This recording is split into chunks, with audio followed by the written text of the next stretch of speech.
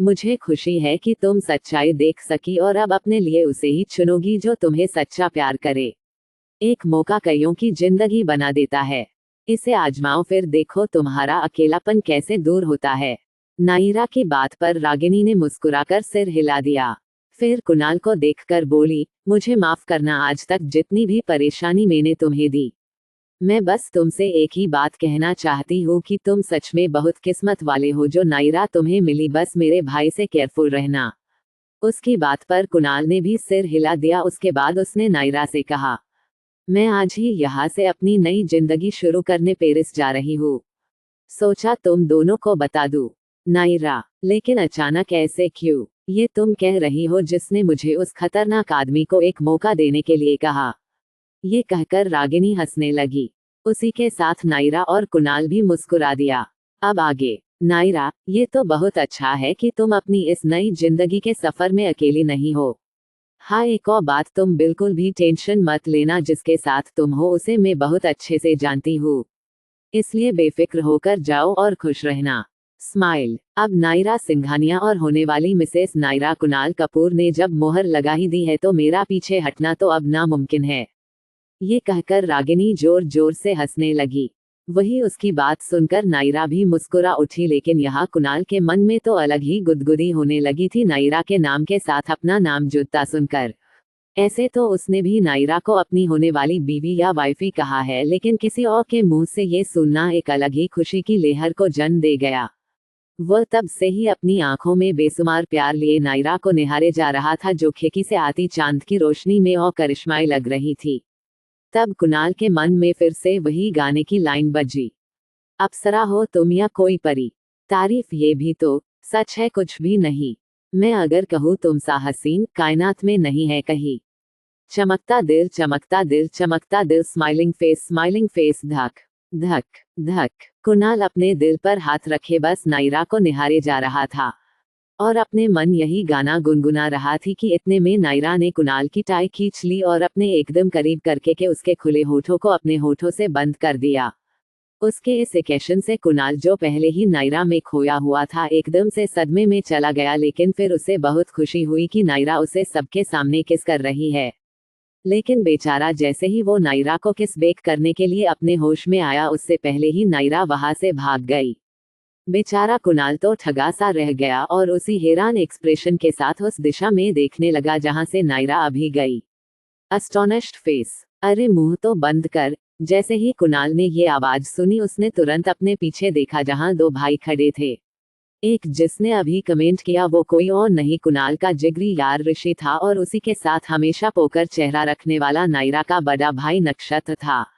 ऋषि कुणाल के कंधे पर अपनी कोहनी रखते हुए, तू कितना भुक्का है। मैंने नहीं सोचा था कि मेरा दोस्त प्यार में इतना पागल हो जाएगा। तभी कुणाल का ध्यान ऋषि के कहे शब्द पर गया। कंफ्यूज्ड फेस कुणाल अपनी बोहे उचकाते हुए, ये भुक्का किसे बोल रहा है तू हुमम, छोटा सा भूत। कोल्ड स्वेट स्माइल मैंने। ऋषि अपनी तरफ इशारा करते हुए बोला, मैंने तो नहीं कहा।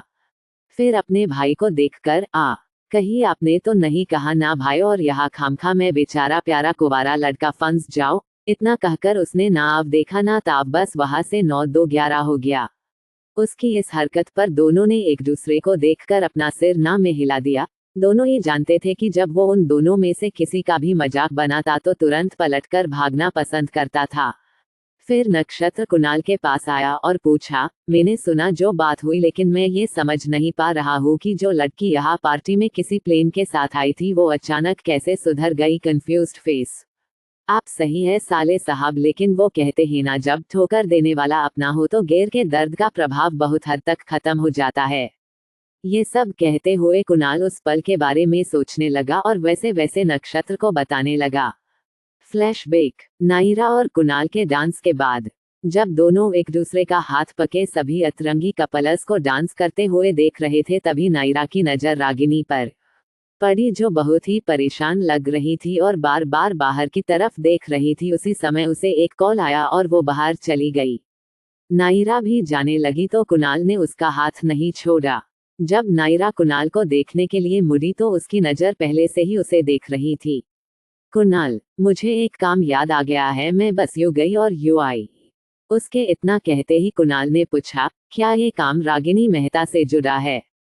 कुणाल के पूछने पर नायरा ने भी बिना किसी झूठ के जवाब दिया, हाँ ये उसी से जुड़ा है। क्या अब मैं जा सकती हूँ? उसने बिना किसी भाव के पूछा। कुणाल ने कुछ नहीं कहा, बस उसे इसी तरह पके उस रास्ते गया जहां अभी थोड़ी देर पहले रागिनी गई थी। उसकी इस हरकत पर नायरा ने अपना माथा ठोक लिया। ओह, मैं कैसे भूल गई, कुणाल मुझे किसी ऐसे दुश्मन से अकेले क्यों मिलने देगा जो किसी ऐसे ही मौके की तलाश में हो। ये सब सोचकर नायरा को एहसास हुआ कि किसी की प्रोटेक्शन में रहना इतना भी बुरा नहीं है। स्माइल। जब दोनों गार्डन में पहुंचे तो वहां पहले से ही रागिनी किसी दूसरे आदमी के सामने कैपते हुए खड़ी थी। उन दोनों को देखकर नायरा ने अंदाजा लगाया जैसे वो आदमी उसे कंसोल कर रहा है, लेकिन रागिनी फिर भी उससे डर रही थी। पता नहीं क्यों मगर नायरा को वो आदमी कुछ जाना पहचाना लगा। लेकिन शख्स का चेहरा देखने में असमर्थ नायरा ने कुणाल को आगे खींचा जिससे वो ठीक से देख और सुन सके। वही नायरा को उस आदमी को गौर से देखता देख कुणाल की बोहें आपस में सिकुड़ गई। तुम क्या देख रही हो? कुणाल ने बिना किसी भाव के नायरा से पूछा, जो एक पेड़ के पीछे छुपे हुए ताका झाकी करने में व्यस्त थी। कुणाल, तुम देख सकते हो कि मैं उस आदमी को ध्यान से देखने की कोशिश कर रही हूँ, लेकिन ये अंधेरा, उफ, यहाँ कोई लाइट कैसे नहीं है? जबकि आज हमारी सगाई थी, फिर भी डेकोरेशन वाला कुछ ज्यादा ही कंजूस और कामचोर निकला। इसी तरह लाइट वाले को कोसते हुए नायरा ने आखिरकार चेहरा देख ही लिया, जिसे देखकर वो एकदम से हैरान रह गई। कुणाल, जो पहले ही नायरा के किसी दूसरे आदमी को देखने के ख्याल से चिढ़ा था, अब उसके हैरान भाव देखकर और भी चिढ़ गया। हम इतना भी क्या खास है उसके थोबड़े में? नीले रंग के बालों के साथ ये कितना बचकाना है। ये सब सोचते हुए कुणाल का मुंह बन गया। तभी उसने नायरा के हैरानी से भरे शब्द सुने, ताहिर, वो भी यहाँ, ये कब हुआ? उसने मुझे भी नहीं बताया। नायरा के मुंह से किसी लड़के का नाम सुनकर कुणाल का चेहरा एकदम से काला पड़ गया। वही अब वह लड़का जिसे नायरा ने ताहिर कहकर पुकारा वो जा चुका था। अब वहां सिर्फ रागिनी मेहता खड़ी थी, जो किसी गहरी सोच में गुम दिख रही थी। नायरा बिना कुणाल को देखे वहां से निकलकर रागिनी के बगल में खड़ी हो गई। जब रागिनी को अपने पास किसी के होने का एहसास हुआ तो उसने अपनी झुकी हुई नजरें उठा ली। अपने सामने नायरा को देखकर रागिनी का चिंतित चेहरा और भी तंग हो गया। वो कुछ कहती उससे पहले ही नायरा बोली, मैं जानती हूँ कि तुम मुझसे नफरत करती हो, और अब कुणाल से भी। मैंने उस दिन के तुम्हारे सभी शब्द सुने और उन पर गौर भी किया, और मैं इस नतीजे पर पहुंची हूँ कि तुम एक गलतफहमी का शिकार हुई हो। जहां तक बात रही तुम्हारे साथ कुछ भी गलत होने के, तो ये तुम भी जानती हो कि तुम्हारे साथ कुछ होता उससे पहले ही किसी ने तुम्हें बचा लिया। उसकी बात पर रागिनी एकदम हैरान रह गई, लेकिन उसकी आंखों में एक ना खत्म होने वाला गुस्सा और दर्द उतर आया। लेकिन उसे बोलने का मौका दिए बिना नायरा अपनी बात पूरी करते हुए कहती है, और वो किसी वही आदमी ही ना जो अभी तुम्हारे सामने था, जिसने तुम्हें उन गुंडों से बचाया। रागिनी नायरा को घूर कर, तो तुम इतना कुछ जानती हो फिर भी इसे गलत फहमी बता रही हो।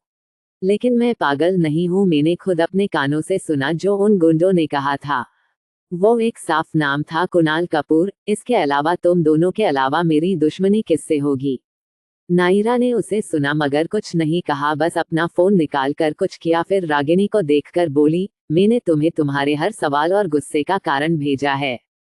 फोन खोलो और देखो। ये कहकर नायरा वहां से चली गई। जब वो मुड़ी तो अपने पीछे कुणाल को खड़ा पाया। उसे देखकर नायरा का दिल भर आया। उसकी आंखें नर्म हो गई और बेहद प्यार से भर गई। रागिनी ने भी उन दो लव बर्ड्स को देखा जो एक दूसरे का साया ही बन चुके थे। नायरा ने बिना मुड़े रागिनी की तरफ अपना रुख करके कहा, जो हमारी कदर करे उसे भी उसके हिस्से का प्यार दो। जानती हूँ ऐसे अचानक आसान नहीं होगा, लेकिन फिर भी उम्मीद पर दुनिया कायम है। हो सके तो उसकी कदर करो जो तुम्हारे पास है, फिर देखो दुनिया कितनी खूबसूरत लगती है। ये कहकर नायरा कुणाल की तरफ चली गई। रागिनी ने उसके हर एक शब्द को सुना। उसने महसूस किया कि ये उसके लिए ही था। क्या उसने मेरी और उस इंसान की बातें सुनी? क्या मुझे सच में उसे मौका देना चाहिए? ये सब सोचकर रागिनी ने वीडियो देखा जहां वही गुंडे थे जिसने उसके साथ जबरदस्ती करने की कोशिश करी थी। लेकिन जब उसने पैसे देने वाले का चेहरा देखा तो उसके हाथ कांप गए और फोन गिर गया, लेकिन वीडियो अभी भी चालू था जहां पर एक हाथ दिखा जिसने उस ग्रुप को पैसे दिए और बोला, बाकी के काम हो जाने के बाद। लेकिन ध्यान रहे उसके कान में कुणाल कपूर का नाम साफ साफ जाना चाहिए। काम हो जाएगा, ये कहकर एक गंदी हंसी हंसते हुए वो गुंडे चले गए। लेकिन पीछे खड़ा इंसान दीपक मेहता और अरुण मेहता के चेहरे पर एक मक्कारी भरी मुस्कान खिल गई। रागिनी को समझ नहीं आया कि आखिर उसके मामा और भाई ने ऐसा क्यों किया, जबकि एक वही थे जिन्होंने उसे पाला। उसकी माँ तो उसे उसके पापा के मरते ही छोड़ गई। यही तो वजह थी कि वो इतनी जिद्दी हो गई, जिसके बाद उसके मन में ये बात बैठ गई कि जब कोई चीज ना मिले तो उसे छीन लो। रागिनी की आंखों से आंसू एक झरने की तरह बह निकले। क्यों क्यों भाई, आपने ऐसा क्यों किया? मैं आपकी बहन थी, उसके साथ ऐसा कैसे? उसके शब्द गले में ही घुट गए।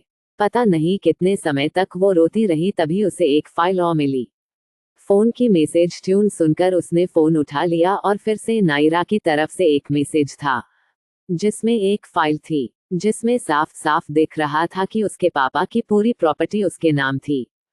फिर उसने मैसेज देखा और वो सब समझ गई। उसने अपने आंसू साफ किए और फिर पार्टी हॉल की तरफ चली गई। ये मेंशन का पीछे वाला गार्डन था जहां लाइट्स काफी डिम थी। यही वजह है कि रागिनी ने नहीं देखा कि वो इंसान जो उसके पास था वो अभी भी वही था। उसकी आंखों में भी आंसू थे। वो जाना चाहता था, लेकिन फिर भी उसने रागिनी को अकेला रहने दिया, लेकिन छोड़कर नहीं गया। वो समझ सकता था कि ये समय कठिन है जिसे उसे अकेले ही झेलना होगा। Flashback and. नायरा और कुणाल जब हॉल में लौटे तब तक सब जा चुके थे। आशुतोष और रीना को भी घर से अलग कर दिया था। उनकी फैमिली सोने जा चुकी थी, इसलिए वो दोनों भी अपने रूम की तरफ बढ़ गए। वही कुणाल नायरा से पहले ही उसके कमरे में दाखिल हो गया। उसकी इस हरकत पर नायरा ने अपना सिर ना में हिला दिया और अपने कपड़े लेकर चेंज करने चली गई। तब तक कुणाल ने भी रूम में ही अपना नाइट सूट पहन लिया। फिर बेड पर लेटे हुए नायरा का इंतजार करने लगा। थोड़ी देर बाद नायरा भी आ गई। आज वो बहुत थकी लग रही थी।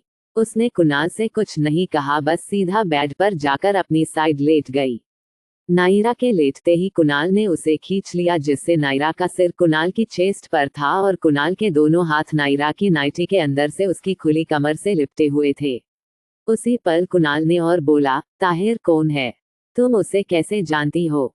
कुणाल के सवाल पर नायरा ने कहा, वो इरिश अंकल का बेटा है। रशियन माफिया इरिश, आपने पास्ट में पढ़ा होगा। कुणाल, ओह क्यों, क्या हुआ? स्मक, आप उसके बारे में जानना चाहते हैं? ये कहकर नायरा ने तिरछी मुस्कान के साथ कुणाल को देखा। कुणाल ने कहा, इसे भूल जाओ, बस मैंने ये पूछा कि तुम कैसे जानती हो, बाकी कुछ नहीं। ये कहकर कुणाल ने नायरा के माथे को चूमते हुए, गुड नाइट जान। Throwing kisses. नायरा ने भी आगे कोई सवाल नहीं किया और कुणाल के गाल को चूमकर कहा, good night my love. Smile. फिर एक दूसरे को गुड नाइट किस देकर उसी तरह बाहों में लिपटे सो गए। अगली सुबह सिंघानिया मेंशन के बड़े से हॉल में बीचों बीच रखे सोफे पर एक तरफ दिग्विजय सिंघानिया, ऋषि और ओल्ड मिस्टर कपूर बैठे थे। उन्हीं के ठीक सामने रखे सोफे पर अनुराग सिंह, वेद और नक्षत्र बैठे थे। वही बीच में पड़े सोफे पर आर्यन रंजीत के साथ बैठे हुए थे। अलिशा, श्री और निहाल पहले ही ग्रीनलैंड जा चुके थे, इसलिए यहाँ और कोई नहीं था।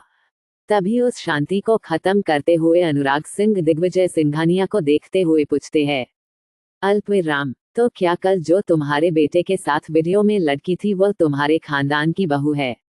उन्होंने एक बार फिर अपने मन को पक्का करने के लिए यह सवाल किया जो रात से ही उनके मन में बसा हुआ था।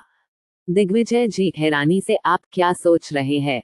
वो सच में मेरे आर्यन की पत्नी, मेरी बहू है, खासकर मेरी प्यारी पोती की माँ, नायरा के बारे में कहते हुए दिग्विजय दादाजी की आंखें खुशी और गर्व से भर गई। Smile smile.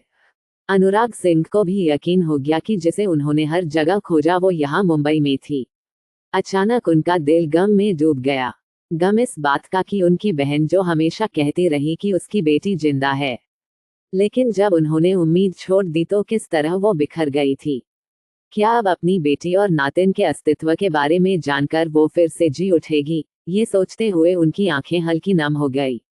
वही बाकी सब समझ नहीं पा रहे थे कि अचानक अनुराग जी ने उन्हें इतनी सुबह सिर्फ इसलिए बुलाया क्योंकि वो बस एक बार उसे कंफर्म करना चाहते थे।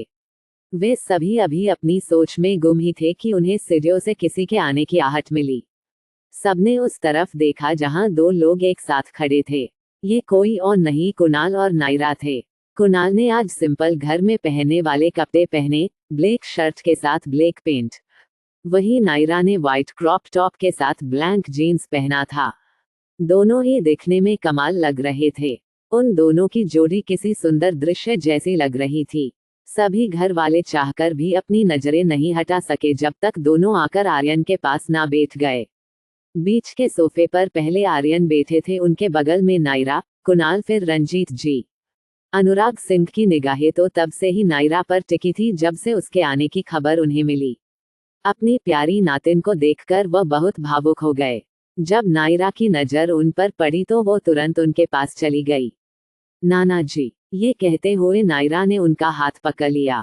उस शब्द को सुनकर अनुराग सिंह जम गए, उन्हें खुशी हो रही थी। उनके लिए ये एक सपने की तरह था। ऐसा नहीं था कि वो ये नहीं जानते कि ऋषि और नक्षत्र भी उनके ही नाती है, लेकिन उन्होंने हमेशा ऐसा दिखाया कि वो इस बात से हमेशा से अनजान थे। लेकिन एक नातिन होना बहुत ही अच्छा महसूस करा रहा था। उनके घर में कोई बेटी नहीं थी, लेकिन अब एक है। मन ही मन खुश होते हुए अनुराग सिंह ने नायरा को गले लगा लिया। मैं बहुत बहुत खुश हूँ।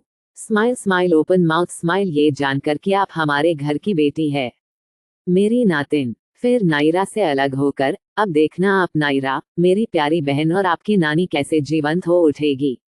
बार बार हर बार उन्होंने सबको देखकर यही शब्द दोहराए। इन सब में उनकी आंखें खुशी से लगातार बरसती रही। सभी भावुक हो गए। इसी बीच कोई नायरा से चिपक गया और रोने लगा। दीदी, क्राइंग क्राइंग, हम बहुत खुश है कि आप हमारी बहन है।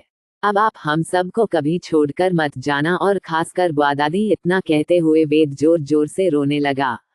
नायरा की आंखें भी नम थी, लेकिन उसे उन्हें संभालना था जो उसे बिल्कुल नहीं आता था।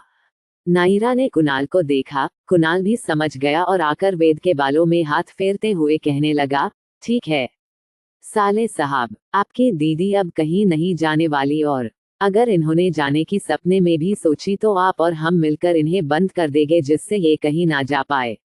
उद्धरण चिन्ह। कुणाल की बात सुनकर वेद ने रोना बंद कर दिया और घूर कर बोला, पाउटिंग पाउटिंग, खबरदार, अगर आपने मेरी दीदी को छुआ भी तो कैद करना तो दूर की बात है, मैं वेद सिंह आपको अपने जीजू की पोस्ट से ही हटा दूंगा। उद्धरण चिन्ह। Kunal, flushed deadpan face. Naira, astonished face, relieved face. बड़ा आया, जैसे तेरे ना कहने से मैं अपनी नायरा को छू नहीं पाऊंगा हुमम। अनअम्यूज्ड, मैं अपनी नायरा को प्यार करूंगा, वो भी इसी के सामने। उसने ये सब बहुत धीरे से कहा था, लेकिन नायरा ने उसे साफ तौर पर सुना और घूरकर वार्निंग वाला लुक देते हुए धीरे से कुणाल के कान में बुदबुदाए, वो नहीं कर सकता तो क्या, मैं जरूर कर सकती हूँ स्मर्क, इसलिए ज्यादा कोई खुराफात करने की सोची भी तो अंजाम बहुत से भी ज्यादा बुरा होगा। अब भाई नायरा कुछ कहे और कुणाल ना समझे, ऐसा कभी हुआ है? Cold sweat smile. कुणाल भी उसकी तीखी धमकी को सुनकर सहम गया। फ्यू, उसके बाद उसने एक शब्द भी नहीं कहा, बस एक अच्छे बच्चे की तरह अपनी जगह पर बैठ गया। लेकिन उसका चेहरा अभी भी उदासी से लटका हुआ था और लगातार नायरा को देख रहा था, जो वेद से बातें कर रही थी, लेकिन उसकी तिरछी नजर उस पर ही थी। कुणाल का चेहरा ऐसा लग रहा था जैसे किसी ने उसकी चॉकलेट छीन ली हो। उसकी यूं बच्चों की तरह करते देख घर के सभी बड़े मंद मंद मुस्कुरा रहे थे। उन दोनों को इस तरह देखकर आर्यन को तारिणी के साथ बिताए पल याद आ गए, जिससे उनकी आंखों में नमी और होठों की मुस्कुराहट बढ़ गई। नायरा और कुणाल उन दोनों के ही लव का प्यारा वसन था। जब भी आर्यन ने दोनों के प्यार और एक दूसरे के प्रति परवाह को देखा, उन्हें उतना ही अपने खूबसूरत दिन याद आए, जिन्हें याद करते हुए उन्होंने इतने साल गुजार दिए। लेकिन अब वो उन दोनों को देखकर अपने उन प्यार भरे दिन को देख सकते थे। लेकिन इससे एक बात नहीं बदली, उनका तारिणी के लिए प्यार और भी गहरा हो गया। सभी हंसी खुशी बैठे थे कि इतने में रंजीत जी की आवाज आई, नायरा अब हमें जाना होगा, जल्द से जल्द ट्रीटमेंट चालू करना ही बेहतर होगा। आप सही है गुरुजी, मैंने दवाइयाँ तैयार करवा ली है, हम इलाज आज से शुरू कर सकते हैं। ये कहते हुए नायरा उठ गए। उन्हीं के साथ सिंह परिवार भी जाने के लिए खड़ा हो गया। तभी कुणाल बोला, मैं भी चलूंगा आपके साथ। रंजीत जी ने पूछा, ऑफिस का क्या? कुणाल, आज मैं नहीं जा रहा। वैसे भी आज मैंने घर पर रहने का प्लान किया है, इसलिए मैं भी अपनी नानी माँ को देखने चलूंगा। स्माइल। उसकी बात सुनकर सभी हंस दिए। वे सब जानते थे उसे बस नायरा के साथ रहना है, अब चाहे वो कोई भी जगह क्यों ना हो। उन सभी को खुद पर हंसता देख कुणाल कोल्ड स्वेट स्माइल भी हंसने लगा। ठाकुर हवेली। एक शानदार राजकुमारी जैसे कमरे में एक लड़की एकटक अपने फोन को घूरे जा रही थी, जिसमें एक बहुत ही सुंदर जोड़ा डांस कर रहा था। सभी उनकी जोड़ी को स्वर्ग में बनी जोड़ी कह रहे थे। तभी दृश्य बदल गया और कुणाल ने नायरा को रिंग पहना दी। दोनों की सगाई हो गई। फिर तालियों की एक लहर बह निकली, जिसके साथ एक आवाज सुनाई दी। इंडिया ही नहीं, वर्ल्ड की बेस्ट IT कंपनी के मालिक दी कुणाल कपूर ने की सिंघानिया परिवार की इकलौती बेटी से शादी, जिन्हें हाल ही में सिटी की मिस मेडिसिन का खिताब मिला। उद्धरण चिन्ह। मिस नायरा सिंघानिया है कुणाल कपूर का प्यार। इसके आगे वो लड़की नहीं सुन पाई और एक चटाक की आवाज के साथ उसने अपना फोन दीवार पर मार दिया। आह हे, टायर्ड। नहीं, ये नहीं हो सकता। एंग्री कुणाल, मेरा है, सिर्फ मेरा। बहुत हो गया, तुमने हद कर दी है नायरा। तुमने मुझे वो बनने पर मजबूर कर दिया जिसे मैं बहुत पहले ही दबा चुकी थी, लेकिन अब और नहीं। मैं मार दूंगी तुम्हें, छोटा सा भूत। हाँ, मार दूंगी। वो अपने गुस्से में सारा सामान उठाकर फेंक रही थी। उसके बाल बिखरे हुए थे। उसने खुद को आईने में देखा और एक शैतानी मुस्कान के साथ स्माइल विद हॉर्न्स खुद को देखने लगी और एक ही झटके में उसने आईना तोड़ दिया, लेकिन उस लड़की को इससे कोई फर्क नहीं पड़ा। तभी कोई झटके से कमरे में आया। कमरे की इतनी बुरी हालत देखकर वो औरत चौंक गई। जब उसकी नजर शीशे के सामने खड़ी लड़की पर पड़ी तो वो कांप गई। Rushed face, no mouth face, उनका पूरा शरीर कांपने लगा था। उन्होंने धीरे से पुकारा, अलका, ये क्या हालत बना रखी है अपनी। ये कहकर उन्होंने ने तुरंत उस लड़की का हाथ पकड़ लिया, जिससे अभी खून किसी पानी की तरह बह रहा था। अलका सिन्हा का चेहरा इतना भयानक लग रहा था कि उसकी खुद की मां डर गई थी, लेकिन उन्होंने ने खुद को संभाला, क्योंकि ये कोई पहली बार नहीं था कि उसने ऐसी पागलों वाली हरकत की हो, लेकिन इस बार ये कुछ ज्यादा ही भयानक था।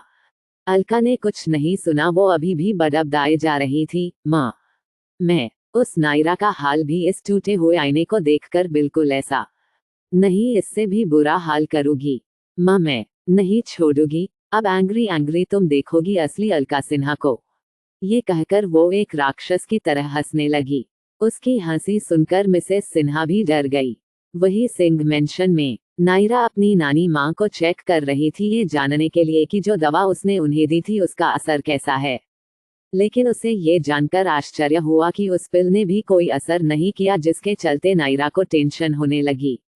कुणाल और रंजीत जी भी समझ गए कि कोई असर नहीं है, इसलिए नायरा चिंतित है।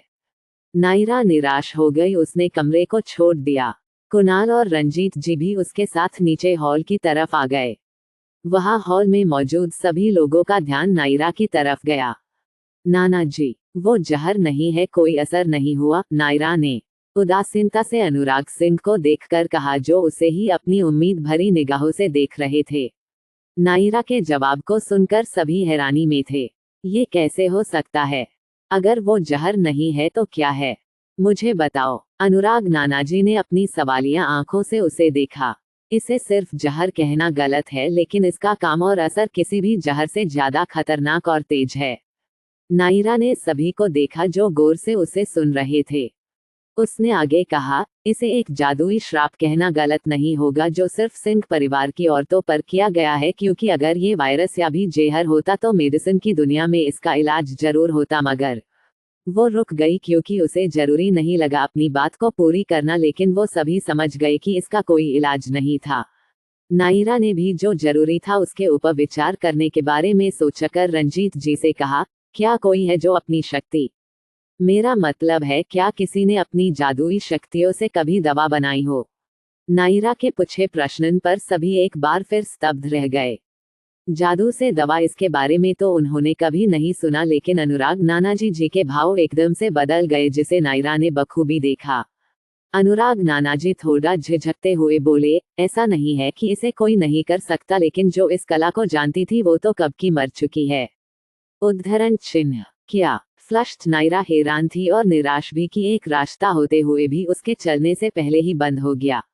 सिर्फ नायरा ही नहीं, सभी उतने ही हैरान थे, लेकिन कुणाल के पसीने छूट रहे थे जैसे वो कुछ छुपाने की कोशिश कर रहा हो।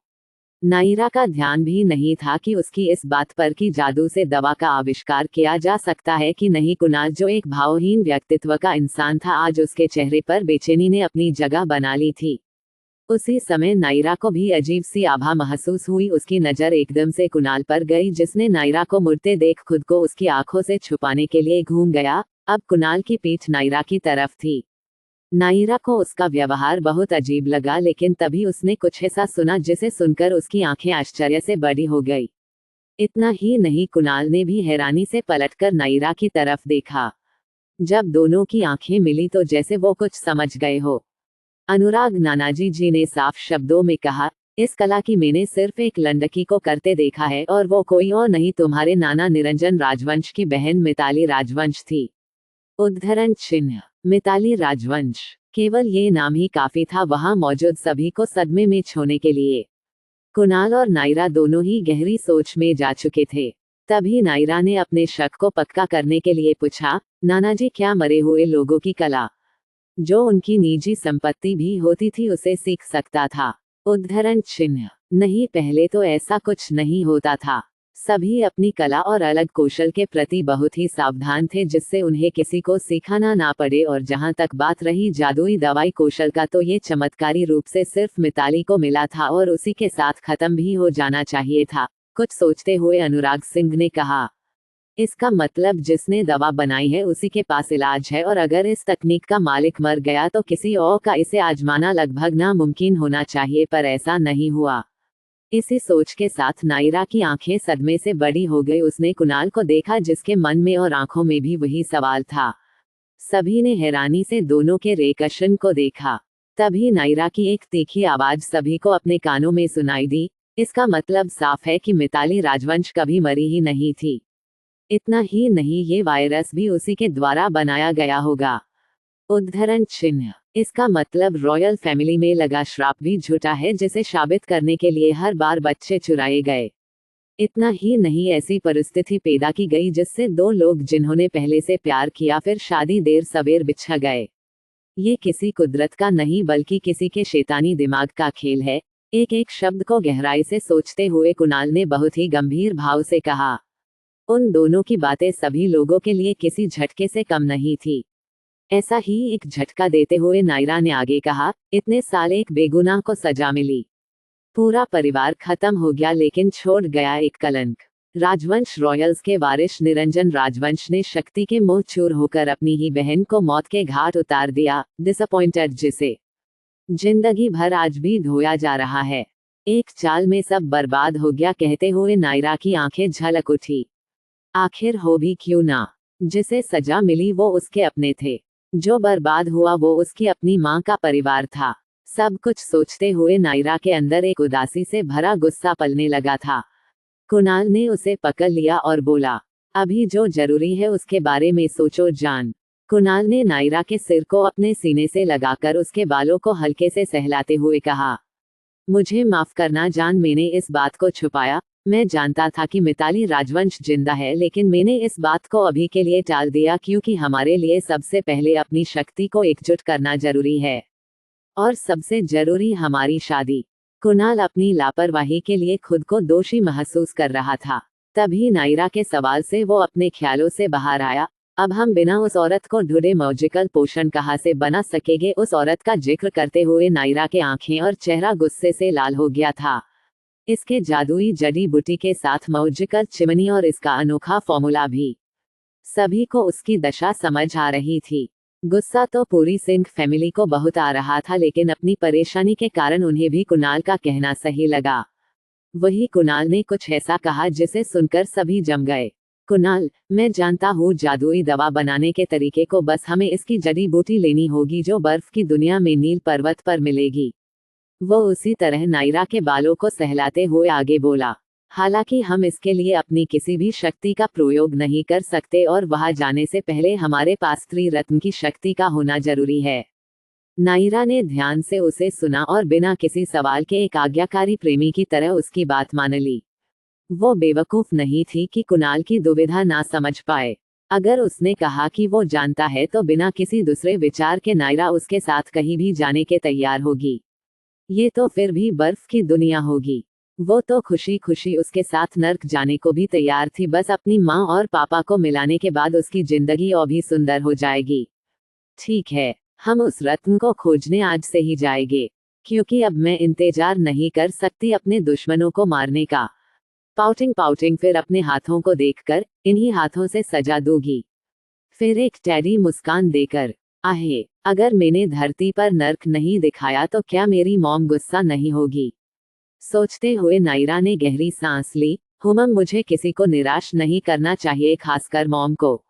है ना कुणाल? अपनी बात खत्म करते हुए नायरा ने एक रहस्यमय मुस्कान बिखेर दी। स्मर्क, जैसा आप चाहे माय लव। नायरा की गुस्से भरी उत्सुकता को देख कुणाल ने प्यार से उसका सिर थपथपाते हुए जवाब दिया। दूसरी तरफ आज सिंघानिया कॉरपोरेशन में हलचल मची हुई थी, क्योंकि फिर एक बार बिजनेस किंग आर्यन सिंघानिया अपना कदम बिजनेस की दुनिया में रखने वाले थे। बहुत से लोग पुराने थे जो ये खबर सुनकर खुश हो गए, लेकिन जो लोग यहाँ मिस्टर आशुतोष के द्वारा लाए या चुने गए थे उनके लिए ये बहुत बुरी खबर थी। तभी उस 40 मंजिला इमारत के सामने 4 ब्लैंक मर्सिडीज जिनके बीच में रेंज रोवर आकर रुकी। बीच वाली गाड़ी के आगे और पीछे खड़ी गाड़ियों से बहुत सारे बॉडीगार्ड्स निकले। उनमें से जो उन सभी हेड था, उसने उस रेंज रोवर का दरवाजा खोला, जिसमें से एक बहुत ही प्रभावशाली आदमी निकला जो दिखने में 30 साल का लग रहा था, लेकिन असल में वह 42 साल का था। अपने ब्लैक 3 पीस के साथ वह किसी महाराज से कम नहीं लग रहा था। जैसे ही उसने अपना कदम बाहर रखा, उसकी नज़र सबसे ऊंची इमारत पर पड़ी, जहां बड़े बड़े शब्दों में लिखा हुआ था सिंघानिया कॉरपोरेशन। कंपनी के सभी एम्प्लॉयर्स स्वागत के लिए एंट्रेंस पर खड़े होकर उस नज़ारे को देख रहे थे जिसे उन्होंने कितने सालों से मिस किया था। ये वही आभा थी जो एक सफल बिजनेसमैन और शक्तिशाली व्यक्ति में होनी चाहिए, जिसे कोई भी यूं ही बिना मेहनत और संघर्ष के कैसे पा सकता था, जब तक उसने जी जान लगाकर सब कुछ पाने की ना ठानो हो। आर्यन ने अपने कदम कंपनी की तरफ रखे, उसी समय उन बॉडीगार्ड्स ने उसे कवर कर लिया, जिसे देखकर आर्यन मुड़े और अपने सामने 20 साल के लड़के को देखकर बोले, श्री, इतने सब की क्या जरूरत है? बस 4 को रहने दो, बाकी सबको सीक्रेटली पर्दे के पीछे रहने दो। उद्धरण चिन्ह। श्री ने इस पर विचार किया, फिर मान गया। 6 रहने देते हैं, बाकी को मैं आपके द्वारा ही काम करने के लिए, छुपने के लिए आसपास रहने दूंगा। उद्धरण चिन्ह। आर्यन ने सुना पर ज्यादा बहस नहीं की। आखिर ये उसकी बेटी का अपने पापा के प्रति प्रोटेक्टिवनेस थी। उससे पहले शर्म आई कि ये उसे होना चाहिए था जो उसे प्रोटेक्ट करने के लिए अपनी रिसोर्स का इस्तेमाल करे, लेकिन ये पिता के तौर पर उसने खुद को खुशकिस्मत पाया कि उसकी बेटी अब बड़ी हो चुकी है, जो खुद का ही नहीं बल्कि अपने पापा का ख्याल भी रख सकती है। उद्धरण चिन्ह। ये सब सोचते हुए उनके लब मुस्कुरा उठे, जिसे देखकर सभी एम्प्लॉय मंत्रमुग्ध खड़े हो गए। ये स्माइल बिल्कुल वैसी थी जैसे नायरा की हो। जब बाप बेटी खुशी से मुस्कुराते तो उनकी खुशी आंखों तक पहुंच जाती, जिससे स्माइलिंग लाइंस और भी निखर कर दिखती। एंट्रेंस पर आशुतोष सिंघानिया का असिस्टेंट था, जिसे देखकर आर्यन की बोहे सिकुड़ गई, लेकिन उसने अपने बिना भाव के चेहरे के साथ सभी की ग्रीटिंग्स का स्वीकार किया और बिना उसकी तरफ ध्यान दिए अपनी पर्सनल लिफ्ट की तरफ चला गया। श्री ने भी उसे देखा, लेकिन वो अपनी बॉस के कहे अनुसार उनके पापा के साथ रहा, उसके साथ और 5 बॉडीगार्ड्स जिन्होंने आर्यन को पूरी तरफ कवर किया। उनके लिफ्ट में जाने के बाद सभी स्टाफ ने रोकी हुई सांस ली, लेकिन कुछ भी कहने की हिम्मत नहीं की। मगर सभी के साथ ऐसा नहीं था। जब लोग अपनी जगह पर जाकर काम करने लगे तो एक आदमी ने किसी को फोन किया। जब दूसरी तरफ से कॉल उठाया गया तो वह बोला, सर वो यहाँ है। अब मुझे क्या करना चाहिए? दूसरी तरफ का व्यक्ति, उस पर नजर रखो और अपना काम उसके लिए करो। आखिर तुम CEO के असिस्टेंट हो। हाँ, ये कोई और नहीं, आशुतोष सिंघानिया का असिस्टेंट, जो कि अब आर्यन के लिए काम करने वाला है। कोष्टक। ध्यान रहे किसी को शक ना हो। और मुझे वहाँ की एक एक इंफॉर्मेशन चाहिए। फिर बिना किसी जवाब के दूसरी तरफ से फोन रख दिया गया। वही फोन रखते हुए आशुतोष सिंघानिया ने उसे जमीन पर पटक दिया। उनकी इस हरकत पर रीना ने पूछा, क्या बात है जो आप इतने गुस्से में है? गुस्से में नहीं रहूं तो क्या करूं? उसने चिल्लाया।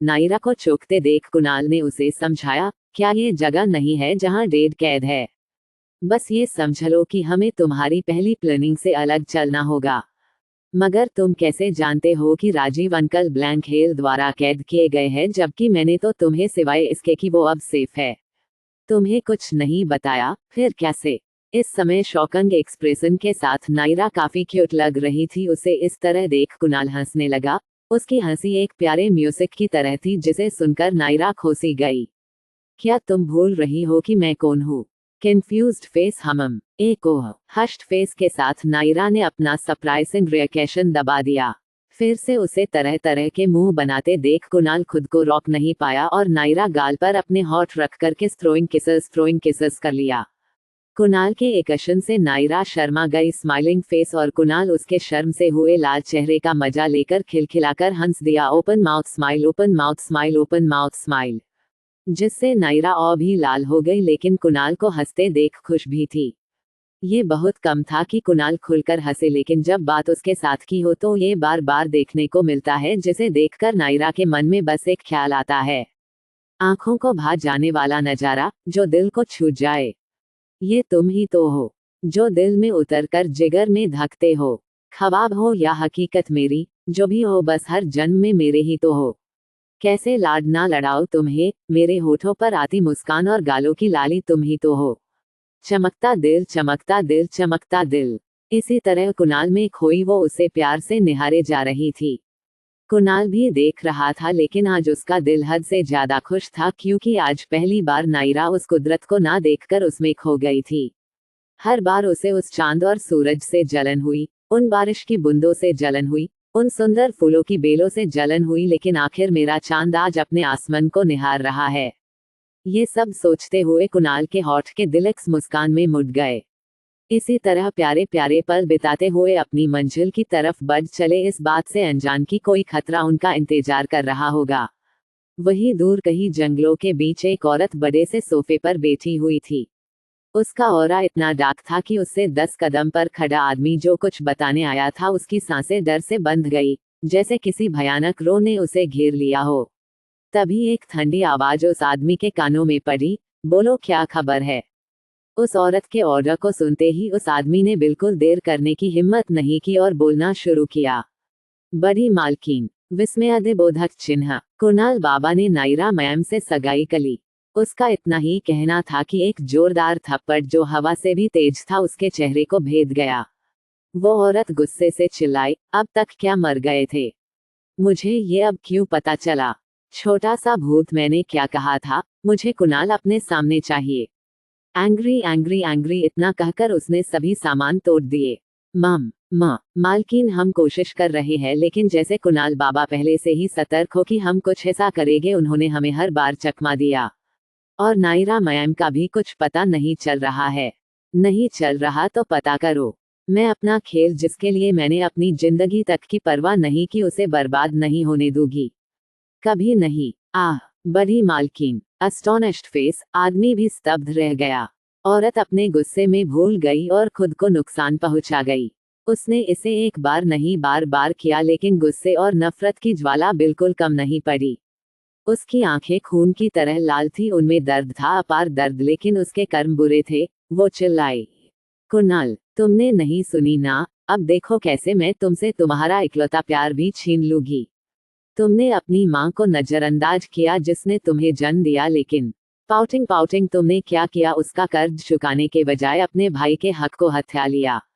नहीं, मैं ये कभी नहीं होने दूंगी, नहीं होने दूंगी। एक गंदी नाली का कीड़ा किसी फिनिक्स के लायक नहीं है, कभी नहीं। बहुत जल्द तुम्हारा सच सामने होगा, फिर देखना उस तारिणी की अनमोल बेटी कैसे तुम्हें छोड़ देगी। आखिर हो तो एक गंदा खून, और गंदा खून कभी अपनी फितरत नहीं छोड़ता।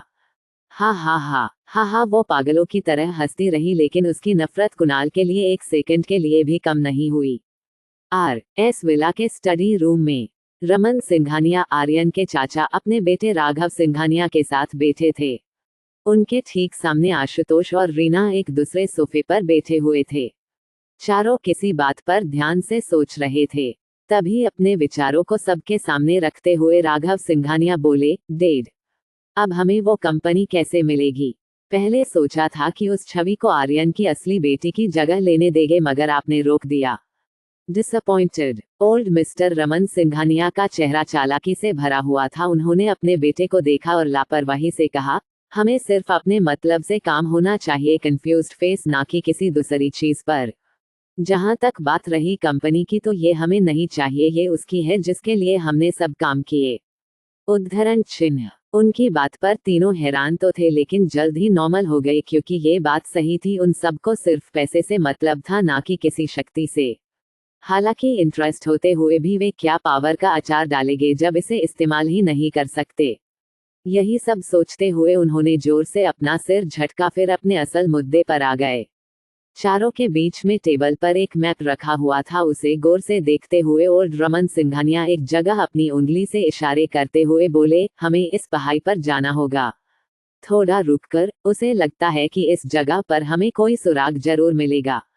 उद्धरण चिन्ह। तीनों ने उस जगह को देखा, फिर एक दूसरे को और समझ गए, फिर अपना सर हिलाकर अपनी सहमति जताई। तभी रीना के फोन पर किसी का कॉल आ गया। जब उसने इसे उठाया तो दूसरी तरफ से एक ठंडी आवाज आई, अभी मेरे पास आओ, नहीं तो बहुत बुरा होगा। ये कहकर दूसरी तरफ के इंसान ने बिना जवाब सुने कॉल कट कर दिया। उद्धरण चिन्ह। रीना ने खुद की तरफ घूरती नजरों को देखा, फिर एक गहरी सांस लेकर बोली, हमें इसका कुछ करना होगा, नहीं तो बात कब हम सबके कंट्रोल से निकल जाए, कुछ कहा नहीं जा सकता। उद्धरण चिन्ह। आशुतोष, डोंट वरी, इसका इंतजाम हम कर लेंगे। वैसे भी अभी किसी का ध्यान मिस मीरा कपूर, उप्स, नकली मिस मीरा कपूर पर नहीं है। ये कहकर उसके होठ तिरछी मुस्कान में मुड़ गए। मुझे ये समझ नहीं आया कि राजीव की वाइफ की जगह लेकर उसने हासिल क्या कर लिया। जहां तक कुणाल की बात थी, वो तो पहले ही आर्यन और तारिणी के साथ अच्छे से रहा। ये कहते हुए आशुतोष की आंखों में सवाल साफ झलक रहा था। रमन सिंघानिया सीरियस होकर, असली मीरा का क्या हुआ, उसका कुछ पता नहीं चला। और मीरा की जगह किसी और को वहां रखने का मकसद सिर्फ कुणाल को बुरा बनाना चाहते थे, मगर वो राजीव हद से ज्यादा चालाक निकला। उसने मीरा जिसे हमने सेट किया था उसे पागल साबित कर दिया, क्योंकि उसने सभी कपूर फैमिली के सामने कुणाल को टॉर्चर करने के सबूत दे दिए। इस वजह से मजबूरन निशा, यानी कि मीरा को खुद को पागल दिखाना पड़ा, जिससे वो घर के अंदर रहकर उनके परिवार के इतिहास की किताब को पा सके। लेकिन पाउटिंग, सब खराब हो गया। उस किताब को छुपाने वाला वो राजीव ही गायब हो गया, और साथ ही उसका वो बेटा भी हाथ से निकल गया। इन सब बातों को जानकर आशुतोष और रीना शॉक में थे, क्योंकि यही हाल उनका था। उन्हें भी सिंघानिया की जादुई किताब नहीं मिली, जिसमें छुपी हुई शक्ति को जानने और समझने की प्रक्रिया और समाधान होते थे। जहां इस तरह सभी अपनी अपनी सोच में खोए हुए थे, वही कुणाल और नायरा अब मुंबई से दूर एक जंगल से गुजर गए। दोनों शांति से खामोशी का मजा लेकर एक दूसरे को चुपके से देख रहे थे, और साथ ही सफर का आनंद भी ले रहे थे। तभी अचानक से नायरा की नजर कार की रियर वेव मिरर पर पड़ी। एक काली SUV कार अचानक से उनके पीछे थी। नायरा ने मन में सोचा, अभी कुछ समय पहले तो कोई कार नहीं थी, और यहाँ तो कोई टर्न भी नहीं था जहां से कार अपना रास्ता बना सकती थी। इसका मतलब साफ है कि ये उनसे पहले ही इस जगह पर मौजूद थी, और जैसे ही उस कार के मालिक ने हमारी कार को देखा तो जैसे कुछ पहचान लिया। उसने एक फिर नजर घुमाकर देखा, अब ये एक नहीं दो हो चुकी थी। नायरा समझ गई, जो भी है आसान नहीं होगा, इसलिए उसने कुणाल को सावधान करने के इरादे से उसके हाथ को थाम लिया, जो गियर पर रखा हुआ था। नायरा के ऐसे रिएक्शन पर कुणाल को एक शरारत सूझी, लेकिन जब उसने रास्ते से नजर हटाकर नायरा को देखा तो अचानक उसका चेहरा परेशान हो गया। तभी उसने नायरा के इशारे पर ध्यान दिया, जो उसे मिरर में देखने के लिए इशारे कर रही थी। कुणाल ने भी बिना किसी सवाल के वो किया जो नायरा ने समझाया। जब कुणाल की नजर मिरर पर पड़ी तो उसकी आईब्रो आपस में मुड़ गई। कंफ्यूज्ड फेस, उन गाड़ियों को गिनती बती रही। जैसे जैसे उन्होंने इलाका छोड़ा, आखिर में अब एक सुनसान जगह थी, और अब आगे एक ब्रिज आने वाला था, जो कुणाल की कार से 10 मिनट की दूरी पर था। कुणाल, नायरा में स्पीड फुल करने वाला हूँ, मजबूती से पकड़ कर रखना, नायरा को बताकर कुणाल ने स्पीड हाई कर दी। वही उनके पीछे आती कार में बैठे आदमी या फिर एक तरह के गुंडे को भी इस बात का आभास हो गया कि उनका शिकार उनके शिकंजे से निकलने की फिराक में है, इसलिए उन्होंने भी चौकन्ने होकर कार की स्पीड फुल कर दी। अब हाल किसी रेसिंग ट्रैक से कम नहीं था जहां जान को दांव पर लगाकर जीतने का ऑप्शन होता है। वही जिंदगी की असली रेस में भी खेल हार या पार का होता है, बस फर्क इतना कि अपनी मर्जी से किसी भी विकल्प को नहीं चुन सकते।